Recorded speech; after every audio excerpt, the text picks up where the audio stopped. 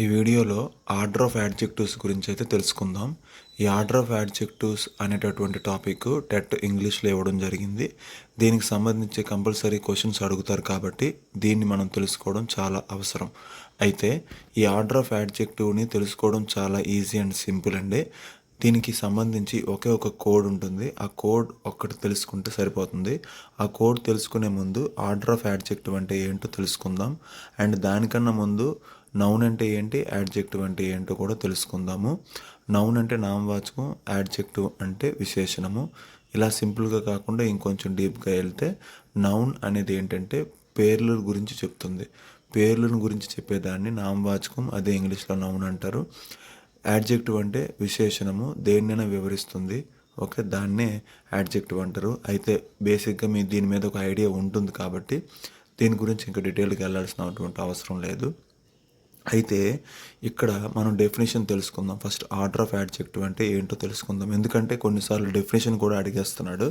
కాబట్టి డెఫినేషన్ మీద ఒక ఐడియా, ఒక క్లారిటీ అనేది మనకు ఉంటే దాన్ని మనము ఈజీగా మనం దానికి సంబంధించినటువంటి క్వశ్చన్స్ని డీల్ చేయొచ్చు. అయితే డెఫినేషన్ ఏంటి? When more than one adjective is used before a noun they must be placed in a particular order. ఒక నౌన్ ముందు ఒక యాడ్జెక్టివ్ కన్నా ఎక్కువ యాడ్జెక్టివ్స్ని మనం యూజ్ చేసినట్టయితే ఆ యాడ్జెక్టివ్స్ అన్నింటినీ కూడా ఒక ఆర్డర్లో పెట్టాలి. దాన్నే ఆర్డర్ ఆఫ్ యాడ్జెక్టివ్ అని అంటారు. ఓకే, అయితే అది ఎలాగో చూద్దాం. ఫస్ట్ ఆర్డర్ ఆఫ్ యాడ్జెక్టివ్స్లో ఫస్ట్ మనకి డిటర్మైనర్ వస్తుంది. అసలు డిటర్మైనర్ అంటే ఏంటి, దానికి ఎగ్జాంపుల్స్ ఏంటి అంటే ఇప్పుడు my, to, several, A, an, the అవి ఎగ్జాంపుల్స్ అనమాట. జనరల్గా ఆర్టికల్స్ అనేవి ఏ, యాన్, ద వాటిని మనం ఆర్టికల్స్ అంటాము, బాగానే ఉంది. ఈ ఆర్టికల్స్ని డిటర్మైనర్స్ అని కూడా అంటారు. ఓకేనా?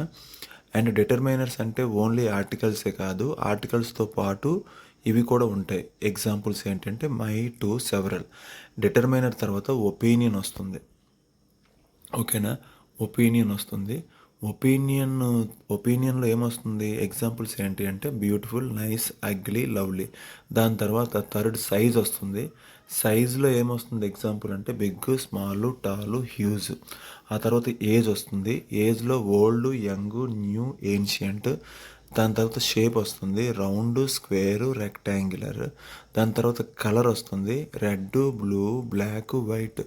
దాని తర్వాత ఆరిజిన్ వస్తుంది లేదా నేషనాలిటీ అని అంటారు. దానికి example Indian, American, Chinese. Next ఏం వస్తుందంటే మెటీరియల్ వస్తుంది. Material wooden, cotton, plastic, metal examples అనమాట. లాస్ట్లో ఏమొస్తుందంటే పర్పస్ లేదా క్వాలిఫైయర్ అంటారు. పర్పస్ లేదా క్వాలిఫైయర్ అంటే పర్పస్ అంటే జనరల్ మీనింగ్, ఉద్దేశము. ఓకేనా? అంటే ఉద్దేశం అనేది లాస్ట్లో వస్తుంది అనమాట. పర్పస్ అనేది దాన్ని క్వాలిఫైయర్ అని కూడా అంటారు. ఎగ్జాంపుల్ ఇక్కడ sleeping in sleeping bag, running in running shoes. Okay, ఎందుకు అంటే స్లీపింగ్ బ్యాగ్ దాని పర్పస్ ఏంటి, ఏ పర్పస్ అది, దాని ఉద్దేశం ఏంటి, దేనికి యూజ్ చేస్తారు? స్లీపింగ్ బ్యాగ్ అనమాట. ఆ బ్యాగు స్లీపింగ్కి మాత్రమే యూజ్ చేస్తారు. షూస్ అనేవి రన్నింగ్కి మాత్రమే యూజ్ చేస్తారు. అంటే దాని ఉద్దేశం రన్నింగ్కి యూజ్ చేయడం, దీని ఉద్దేశం స్లీపింగ్కి యూజ్ చేయడం. అయితే దీన్ని బేస్ చేసుకొని కొన్ని ఎగ్జాంపుల్స్ చూద్దాం. ఎగ్జాంపుల్స్ చూసే ముందు కోడ్ అన్నాను కదా, కోడ్ ఎలా గుర్తుపెట్టుకోవాలో కూడా చూద్దాం. ఫస్ట్ డిటర్మైనరు, తర్వాత ఒపీనియన్, తర్వాత సైజు, తర్వాత ఏజ్. చూడండి, సైజు, ఏజ్. ఓకే, రైమింగ్ ఉంది, ఇలా గుర్తుంటుంది మీకు. తర్వాత shape, colour, origin, material, purpose. లాస్ట్లో మనకి ఏమొస్తుందంటే నౌన్. దీన్ని ఇంకా షార్ట్గా రాసుకుంటే దోసాస్ కాంప్ అని వస్తుంది. దాన్ని ఇంకా సింపుల్గా రాసుకుంటే గుర్తుపెట్టుకోవడానికి dosas.com +p అని గుర్తుపెట్టుకుంటే మనకు బాగుంటుంది. ఏమని గుర్తుపెట్టుకోవాలి అంటే dosas.com +p అని గుర్తుపెట్టుకుంటే బాగుంటుంది. ఓకే, ఇది మీరు గుర్తుపెట్టుకుంటే ఈజీగా దీనికి సంబంధించిన క్వశ్చన్స్కి ఆన్సర్ చేయగలరు.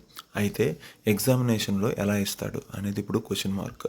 ఇప్పుడు చూడండి, ఇక్కడ ఒక ఎగ్జాంపుల్, ఫస్ట్ ఎగ్జాంపుల్ చూడండి. She bought a beautiful small red Italian leather hand bag అని ఇచ్చాడు. ఇలా ఆర్డర్ ఆఫ్ యాడ్జెక్టివ్ అనేది ఏది కరెక్ట్గా ఉంది, ఈ ఇచ్చిన 4 సెంటెన్సెస్లో ఆర్డర్ ఆఫ్ యాడ్జెక్టివ్ ఏది కరెక్ట్గా ఉంది అని అడగొచ్చు. చాలా వరకు అలానే అడుగుతాడు. అప్పుడు ఏంటి, మీరు గుర్తుపెట్టుకున్న కోడ్ ఒకటి ఉంటుంది కదా, dosas.com +p అని మీరు గుర్తుపెట్టుకుంటారు కదా ముందే. కాబట్టి అందులోని ఒక్కొక్క దానికి రాసుకుంటారు దేనికి అంటే డి అంటే డిటర్మైనర్, ఓ అంటే ఒపీనియన్, ఎస్ అంటే సైజ్, మళ్ళీ ఏ అంటే ఏజ్, ఇంకొక ఎస్ అంటే షేప్, సి అంటే కలర్, ఓ అంటే ఆరిజిన్, ఎం అంటే మెటీరియల్, ప్లస్ పి, పి అంటే పర్పస్. ఇలా గుర్తుపెట్టుకుంటారు కదా, అది ఒక దగ్గర రాసుకొని దాని ప్రకారం మీరు చూసుకుంటే సరిపోతుంది. అండ్ దానికి సంబంధించిన ఎగ్జాంపుల్స్ కూడా మీకు చెప్పా ఎలా వస్తాయి ఏంటి అనేసి. ఓకే, ఇక్కడ చూడండి, a beautiful small red Italian leather hand bag అనేది ఏ విధంగా రాశారు. ఫస్ట్ డిటర్మైనర్ వచ్చింది, జస్ట్ కోడ్ ఫాలో అయ్యారండి అంతే. మీరు చెక్ చేసుకోవచ్చు, they just followed the code follow అయ్యారు అంతే, ఇంకేం కాదు. సెకండ్ది కూడా అంతేనండి, he lives in an old wooden house, కావాలంటే మీరు చెక్ చేసుకోండి. I saw 3 large brown wild horses, ఇక్కడ కూడా కోడ్ వాడారు, అదనమాట.